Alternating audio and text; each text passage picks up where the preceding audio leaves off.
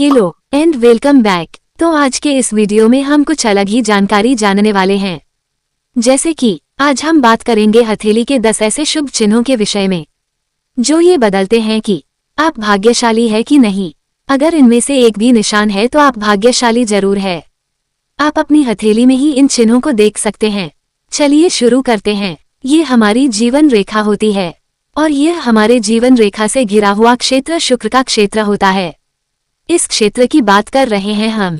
इस क्षेत्र पर अगर इस प्रकार से खड़ी खड़ी रेखाएं हैं, ध्यान दें, इस प्रकार से शास्त्र के अनुसार यह एक शुभ संकेत माना जाता है। ऐसे जातक के जीवन में धन हमेशा रहता है। जीवन में कामयाब भी बहुत ही होते हैं ये लोग। अब ये धन कितनी मात्रा में रहेगा, ये तो अन्य रेखाओं के सहयोग और पर्वतों की स्थिति को देखकर ही पता चलता है। लेकिन इतना आता है कि अगर यह रेखाएं आपकी हथेली में है तो आपके पास धन हमेशा रहेगा। इसके जगह में अगर इस प्रकार से पड़ी रेखाएं, जिससे हॉरिजॉन्टल रेखाएं आपको दिख जाए, ज्यादातर ऐसी रेखाएं अगर देखने को मिल जाए तो धन आगमन में समस्या खड़ा करने वाली रेखा है। ये बतलाती है कि आपके साथ कोई न कोई ऐसी समस्या लगे रहेगी जिसमें धन खर्च हो जाएगा, या फिर धन खर्च नहीं होगा तो धन का आगमन कम होगा। ये बताती है तो खड़ी रेखाएं अधिक शुभ मानी जाती है, पड़ी रेखाएं शुभ नहीं मानी जाती है। तो आपके हाथ में कौन सी रेखाएं जय छह है, कमेंट बॉक्स में जरूर बताएं। अब बात करते हैं दूसरे चिन्ह की। हम बात करते हैं हमारी उंगलियों पर। अक्सर आपने देखा होगा कि इस प्रकार से 2-3, कभी 2-3 से ज्यादा इस प्रकार से खड़ी खड़ी रेखाएं होती है। अगर खड़ी रेखाएं आपके सभी उंगलियों पर बन रही है तो यह एक शुभ चिन्ह माना जाता है कि इसका मतलब है कि आपकी इच्छाएं पूर्ण होगी। अगर आपके दूसरे पर्व पर भी इस प्रकार की रेखाएं खड़ी खड़ी दिखती है तो इसकी प्रबल संभावना बन जाती कि आपकी मनचाही इच्छा, आपकी जो सार्थक और मनचाही इच्छा है, वह जल्दी ही पूरी हो जाती है। अगर तीनों पो पर ऐसे बनते हैं तो यह संभावना पूर्ण हो जाती है कि अति शीघ्र आपकी इच्छा पूरी हो सकती है।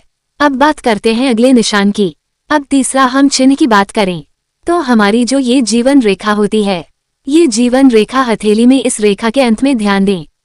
इस रेखा के अंत में जैसे ये जीवन रेखा यहाँ शुरू हुए इस प्रकार और कोई रेखा इस प्रकार से घूम के इस प्रकार से आ जाए तो यह अपने आप में एक मत्स्य का चिन्ह बना हुआ होता है, मतलब एक फिश का चिन्ह का निर्माण कर रहा है।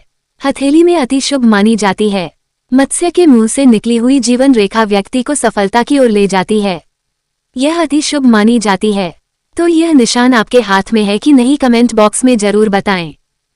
बात करते हैं दूसरी रेखा हमारी हथेली में महत्वपूर्ण होती है, यह मस्तिष्क रेखा की। ये हमारे जीवन रेखा है, ये जीवन रेखा, यह मस्तिष्क रेखा।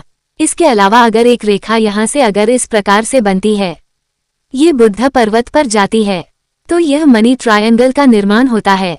यह अपने आप में अति शुभ माना जाता है।